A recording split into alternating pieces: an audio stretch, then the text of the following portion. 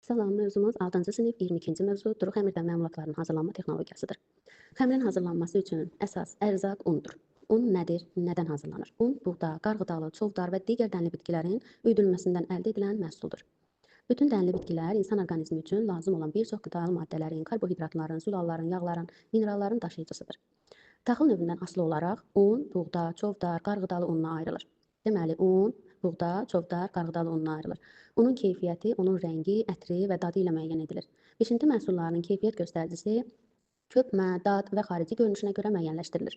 Bu göstəricilər isə unun keyfiyyətindən asılıdır. Un quru, yaxşı havalandırılan yerdə saxlanılır. İstifadədən əvvəl un ilkin emaldan keçir. Ələnir, ələmə nəticəsində undakı təsadüfi qarışıqlar təmizlənir, unun bişirilmə xüsusiyyətləri yaxşılaşır, oksigenlə zənginləşir. Xəmir necə hazırlanır? Xəmirin hazırlanması üçün un təpə şəklində qaba tökülməlidir, içində çökəklik yaradılır, ona maye əlavə edilir və bərabər sıxlıq alana qədər qarışdırılır. Xəmirin keyfiyyətini yaxşılaşdırmaq üçün qabartma tozundan və ya mayadan istifadə edirlər. Əksər hallarda yumşaldıcı olaraq turş süddən və yaxud da yumurta ağından qabartma tozu kimi istifadə etmək olar. Duru xəmirdən qida məmulatlarının, məsələn, bilinin və oladyanın hazırlanması üçün mayalı və ya mayasız xəmirdən istifadə olunur. Deməli, bilin və oladya mayalı və ya mayasız xəmirdən hazırlana bilər. Hər ikisi duru xəmirdən hazırlanır, oladya buğda unundan olan kökəyə deyilir. Duru xəmirdən hazırlanan bilinin tarixi qədimdir. Demək olar ki, bütün xalqların mətbəxində bilin mövcuddur. Ruslarda bilin və ya bilini, ingilislərdə pankeyk, çinlilərdə çin bilini, fransızlarda nazik krep adlandırılır. Bilinlər müxtəlif hazırlanır. Ya içlikli, ya da içliksiz olaraq hazırlamaq mümkündür. Yeyiləndə isə bal, xama, qatlaşdırılmış süd, mürəbbə və s. ilə yeyilə bilər. İndi diqqət edək, bilin hazırlamaq üçün nə lazımdır və hazırlanma ardıcıllığı necədir? Bilin hazırlanmasında resurslar süd 500 ml, yumurta 2 ədəd, duz 1 çimdik, şəkər 3 xörək qaşığı, buğda unu 1,5 stəkan, bitki yağı 2 xörək qaşığı, qabartma tozu isə 1 çay qaşığı istifadə olunur. Bilin hazırlamaq üçün deməli, mayasız duru xəmir vahid texnologiya üzrə hazırlanır.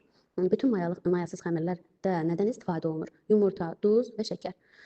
Yumurta, duz və şəkər həm bilində, həm oladyada istifadə olunur. Bundan sonra məhlula otaq temperaturunda olan südün və yarısı qədər bitki yağı əlavə edilərək qarışdırılır. Bu qarışıma sonra qabartma tozu əlavə edilir. Eyni cinsli duru xəmir alınana qədər yaxşı-yaxşı qarışdırılır və 15-20 dəqiqə kənara dincəlməyə qoyulur. Bilin kiçik, qalın dibli, çuğun və yaxud da ki, yapışmayan örtüyü olan tavalarda bişirilir. Bilin bişirmək üçün götürülən tava yağlanıb, yaxşı qızdırılır.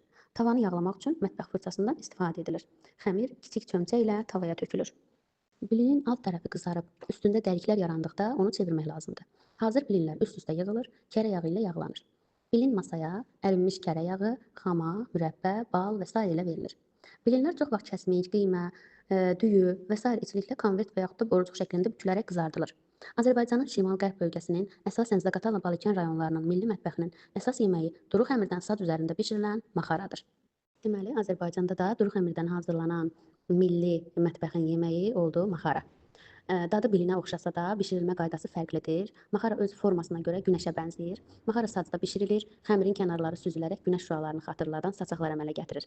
Azərbaycanın milli sac yeməyi maxaranın resepti bilinin resepti ilə eynidir. Yəni bayaq sadaladığımız kimi eyni bilində olan içliklərdən istifadə olunur. 500 ml süd, 2 ədəd yumurta, 1 çimdik duz, 3 xörək qaşığı şəkər tozu, 1,5 stəkan buğda unu, 2 xörək qaşığı bitki yağı və 1 çay qaşığı qabartma tozundan istifadə olunur.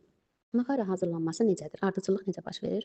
Maxaranın hazırlanması üçün yumurtalar mətbəx qarışdırıcısı ilə yaxşıca çırpılır, üzərinə şəkər tozu əlavə edilir. Sonra yenidən qarışdırılır. Bayaq bilinin hazırlanma ardıcıllığında dedik ki, yumurta, şəkər və duz qarışımı birinci qarışdırılır.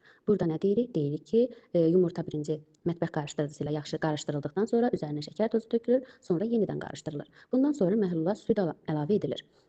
Qarışdırılma prosesi də davam etdirilir. Daha sonra məhlul üzərinə un, duz, qabartma tozu əlavə edilib qarışdırıcı ilə qarışdırılır. Daha sonra sac qızdırılır və yağlanır. Deməli, hazırlanması tərkib eyni olsa belə qarışdırılma ardıcıllığı fərqlidir bilindən. Əgər onda birinci yumurta, şəkər və duz qarışdırılırdısa, bunda yumurta və şəkər qarışdırıldıqdan sonra süd əlavə edilir. Bu bilində də belə idi. Sonra qarışdırılma prosesi davam etdirilir. Üzərinə sonra un, duz və qabartma tozu əlavə edilir. Bəs bilində necə idi? Bilində ilk qarışdırılan qarışımın üzərinə süd əlavə olunurdu, sonra unun yarısı əlavə olunurdu və bitki yağı əlavə olunurdu. Maxarada isə Bu proses biraz kiçik, ondan fərqlənir.